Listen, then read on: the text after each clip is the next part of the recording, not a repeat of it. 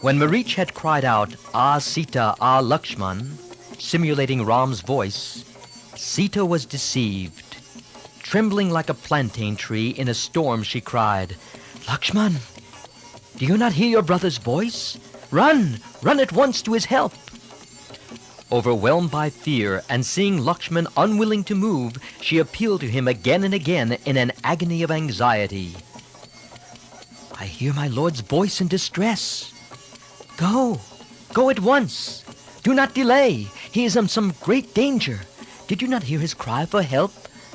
Why do you stand here? Your brother is no doubt surrounded by Rakshasas and cries for help. Instead of rushing to his rescue, you still stand here."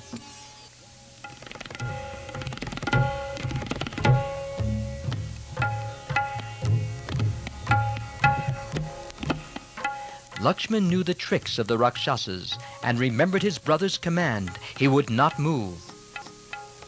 Sita grew furious in her agony of fear and doubt. She beat her breast with both hands and shouted in uncontrollable fury, "Son of Sumitra, have you too turned enemy? Have you been an impostor all these years? Have you been with us waiting only for Ram to die? Pretending to be his friend, were you hoping all the time for his death to secure me thereafter? Why else do you stand here, wicked wretch, and refuse to go to his rescue when he cries for help? You're a traitor, an impostor!"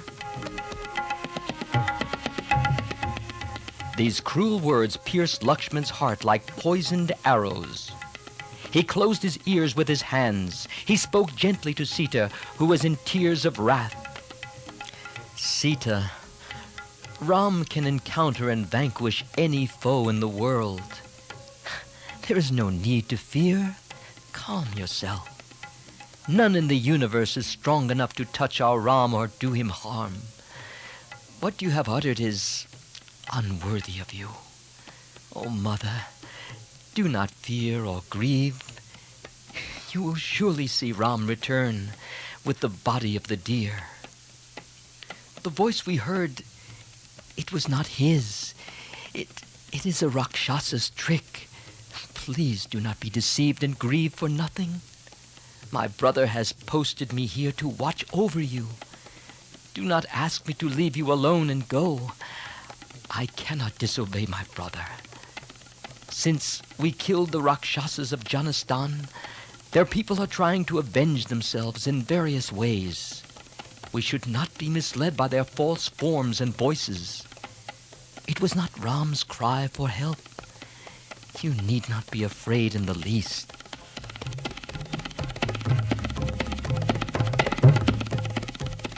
But Sita's fear grew to a frenzy, and with eyes red with anger she raged, "Taking advantage of what you call your brother's command, you stand unmoved by his cry of anguish and are prepared to let him perish.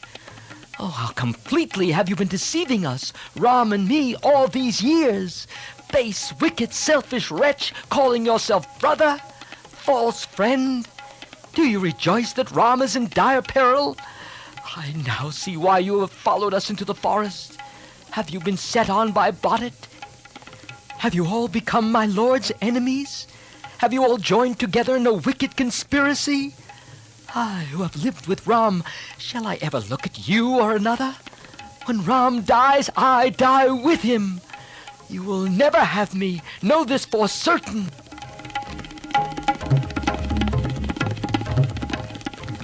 Sita burst into a rage which completely overwhelmed Lakshman. Her cruel words pierced and burnt into him like poisoned arrows. His hair stood on end. He clasped his hands in worship and said, "Oh, Mother, oh, Goddess, how can such words issue from your mouth? Like red-hot iron, they burn my ears. Cruel and unjust are these thoughts of yours. With all the gods for witness, I swear your suspicion is wrong. I see now that after all, you are a woman like other women, quick to think evil of others. I fear a great tragedy is about to befall you. Otherwise, you could not have thought and spoken evil of me." And innocent Lakshman trembled in fear of some dire calamity that was to come over them. But Sita raged on. "Look here. Here is plenty of dry fuel. I shall light a fire and fall into it, or I shall drown myself in the Godavari River, or I shall hang myself dead unless you run immediately to help Ram. Now once again, I ask, will you not go, or shall I perish?" She beat her breast and cried. Lakshman could bear this no longer. He raised his hands in solemn worship and said, "Very well, sister. I shall obey you and disobey my brother. I shall leave you alone. May you be safe and well. May the gods of the forest protect you. I shall do your bidding, but I see bad omens. I fear greatly. I wonder if I shall ever see you with Ram again. Yet, to pacify you, I shall go." And he went unwillingly, looking back every now and then. As Lakshman walked, his heart was troubled and heavy with anger and sorrow. How could he bear to hear the cruel words of Sita? How could he forget them? Sorely wounded was the heart of the prince who had renounced everything to be with his brother.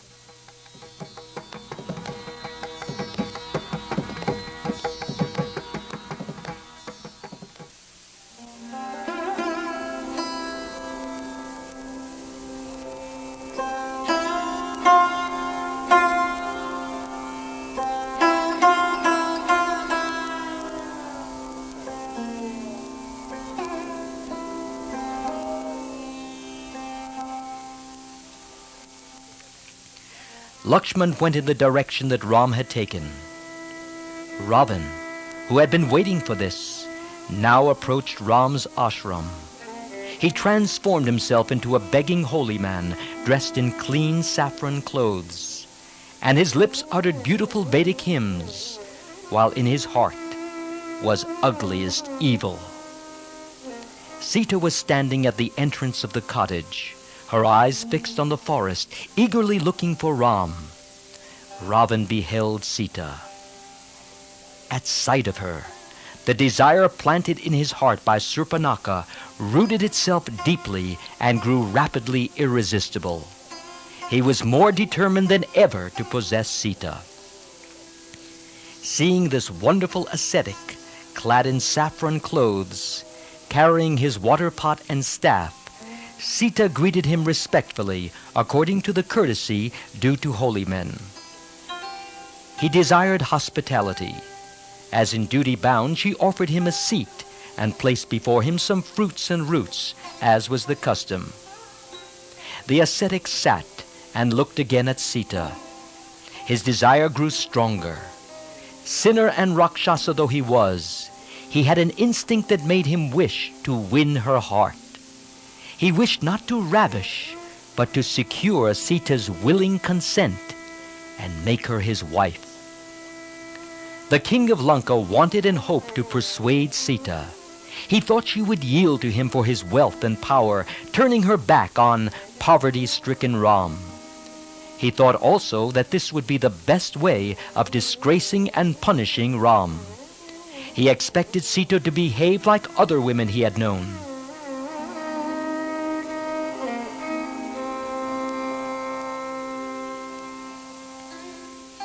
Seated in front of the fruits and roots offered by Sita, the ascetic began to praise Sita's beauty in terms too warm for a genuine holy man.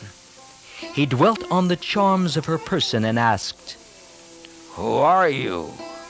Why are you here alone in the forest, haunted by Rakshasas and wild beasts?"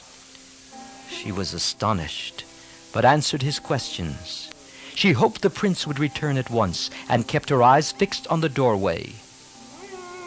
Little by little, the visitor revealed who he was and described the greatness of his origin and family, his power and wealth.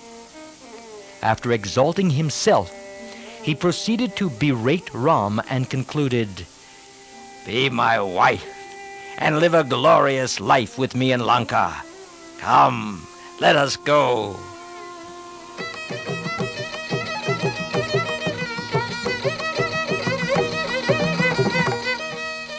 In this unexpected situation, Sita's purity gave her courage to defy the powerful monster whom she now knew for what he was. She exclaimed, "Base and wicked monster, your destruction is near.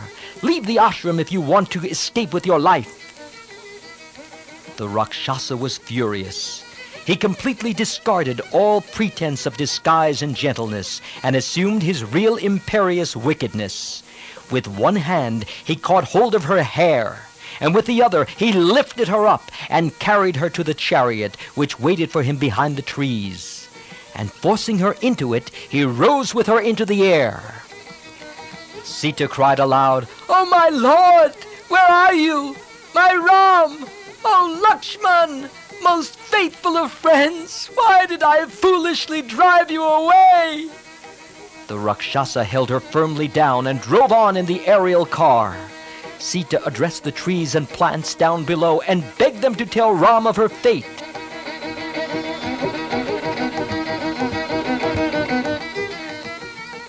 It happened that old Jatayu, the devotee vulture, half asleep upon a tree, saw the chariot flying past. Startled by a woman's cry of distress, he was wide awake in a moment and recognized Sita by her voice. She also saw him and appealed to him for rescue.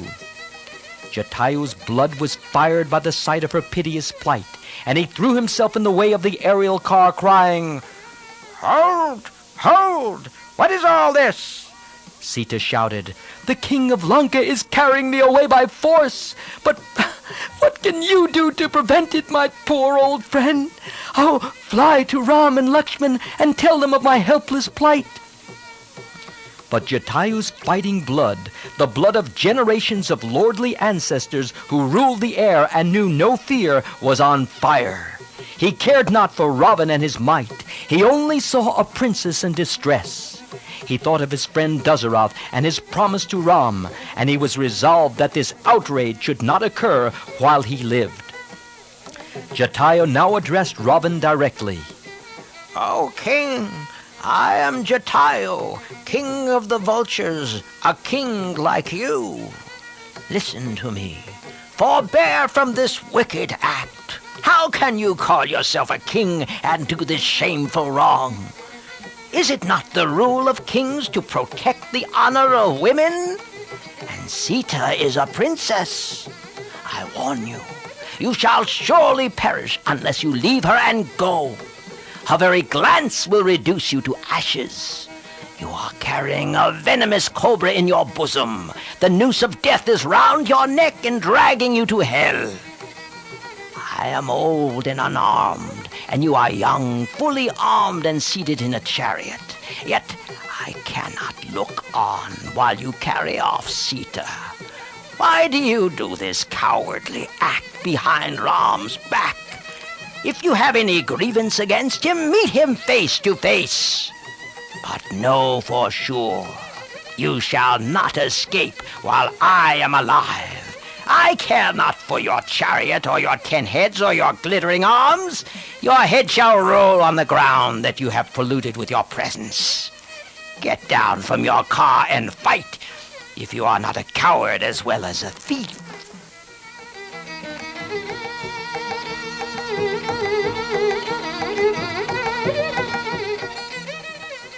Ravan flared up in a rage. He attacked Jatayu. It was like a clash between a mighty wind and a massive rain cloud. The battle raged in the sky above the forest. Jatayu fought like a winged mountain. Ravan aimed deadly arrows at him, but the vulture intercepted them all, and with his talons tore Ravan's flesh. The enraged Rakshasa dispatched sharp, serpent-like missiles against the bird. The bird hero was desperately wounded, but kept fighting undauntedly, while Sita watched the unequal combat with beating heart and tearful eyes. The sight of her made Jatayu all the fiercer in his attacks on Ravan. But his years were telling on him, and he felt he must gather all his strength for a supreme attempt to conquer. Regardless of the wounds, he attacked Ravan fiercely, and with his wings broke off and threw down his jeweled crown and deprived him of his bow. He attacked the chariot and killed the demon-faced mules and the charioteer and smashed the vehicle into 1,000 pieces.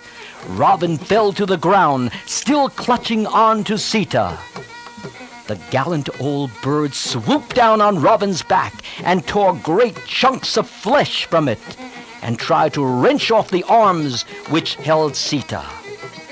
But Ravan had 20 arms, and no sooner was one pulled off than another took its place, and Sita was held in writhing helplessness.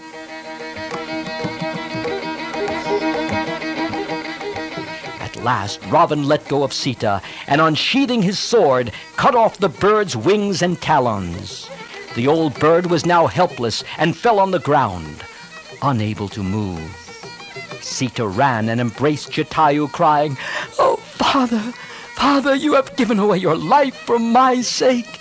You are a second father to my lord, and now you are no more. Oh, our devoted, brave friend."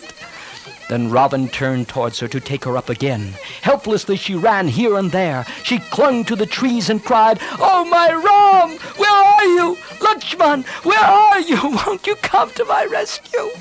The Rakshasa at last caught her and by his mystic power rose in the air.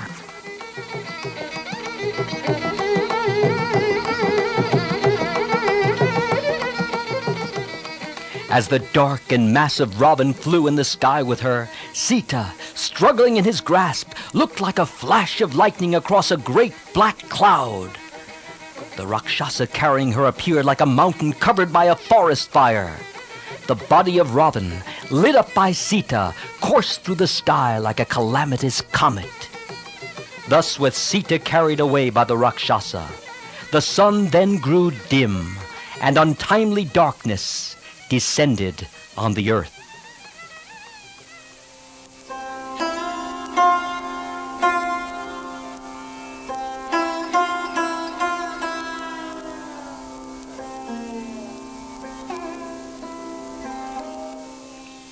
All beings lamented.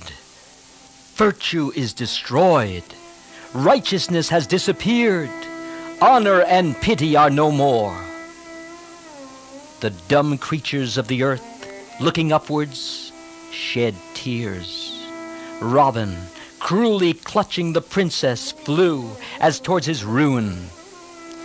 As she was carried away, the petals fell down from the flowers she was wearing at that time, and as they were strewn along the path below, they seemed to announce the scattering of Ravan's fortune and affluence.